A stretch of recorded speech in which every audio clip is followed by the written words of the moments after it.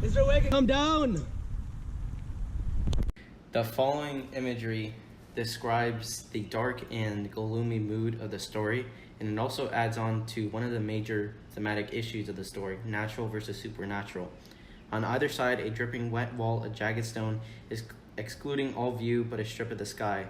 Only a crooked prolongation of this great dungeon, the shorter perspective in the other direction terminating in a gloomy red light, in whose massive architecture there was a barbarous, depressing, and forbidding air. So little sunlight ever found its way to this spot that it struck chill to me, as if I had left a natural world.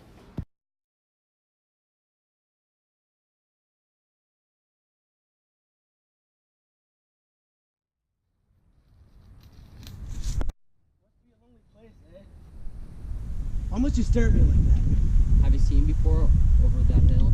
Why not? What makes you think so? This way. One example of imagery in the story is when the narrator is describing the signalman. He saw that he was a dark, sallow man with a dark beard and rather heavy eyebrows, and his post was in as solitary and dismal place as he's ever seen.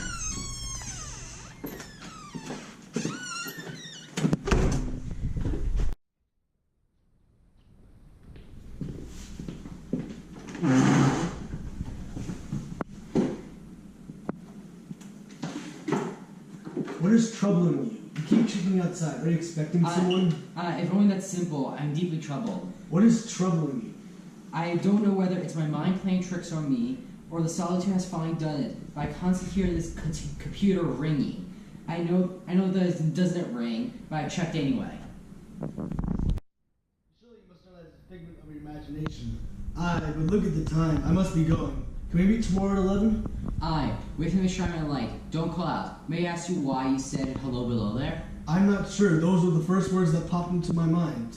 Is there any significance to you? Yes, sir. There was a man I never saw his face up. The left arm came across the face, and the right arm slightly waved. Oh.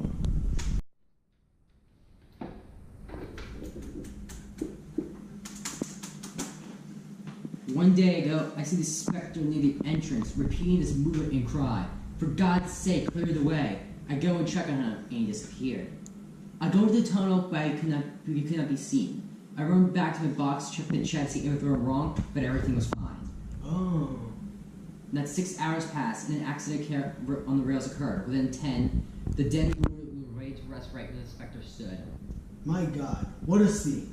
We shall continue the story in the morning. Goodbye, friends. The following quote talks about the symbolism of the lights in the story.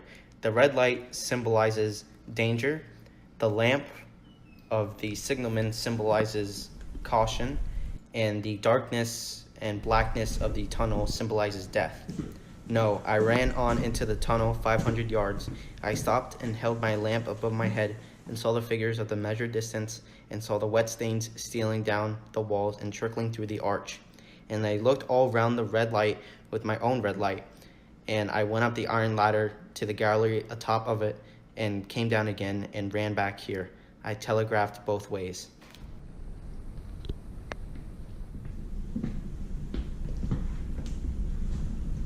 How are you, my good friend? May you continue? This may have happened 6 or 7 months before I saw it again. This time I didn't say one word, but did this motion. What did you do? Did you go up to it? No, I went inside to collect my inner thoughts, but when I returned, it was nowhere to be found. But nothing came of this, right? I'm afraid not, but that very day, another act occurred in tracks. This time, screams and cries from help came from the train. A young, beautiful lady had died instantaneously in one of the compartments and was brought in here and laid down on the floor between us. All is true. The specter turned around a week later, near the danger light. What does it exactly do?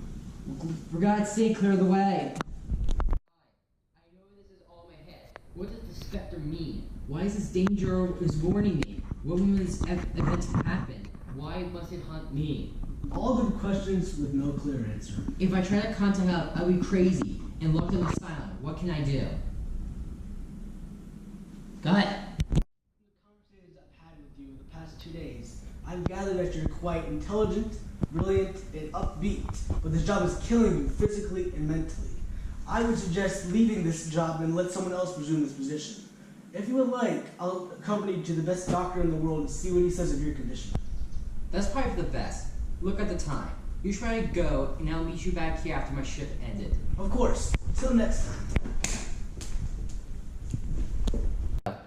The following quote talks about the specter of the story, which further solidifies the natural versus supernatural theme of the story.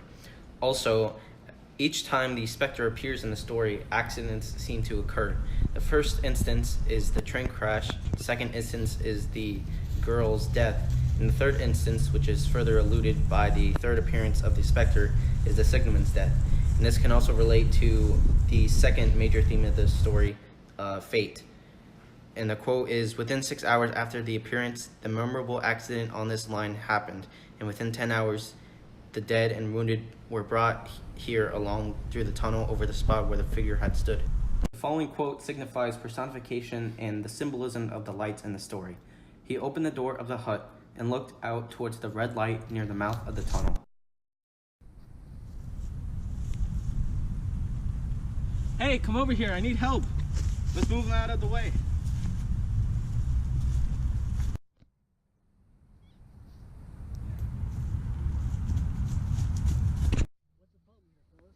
The signalman killed this man. You have to be joking. The man for the box is dead? Yeah, that's the one. He was gunned down by an engine, sir. No one knew in England knew his work better, but somehow he was not cleared out of rail. It was just a broad daylight, and this man is a conductor. He can show you how it happened. Bill, show this man how it happened. Yeah, as I was coming around the corner, I saw him at the end of the tunnel, and I yelled out, "For God's sakes, clear the way!" And I covered my eyes with my left arm, and I waved my right arm like this.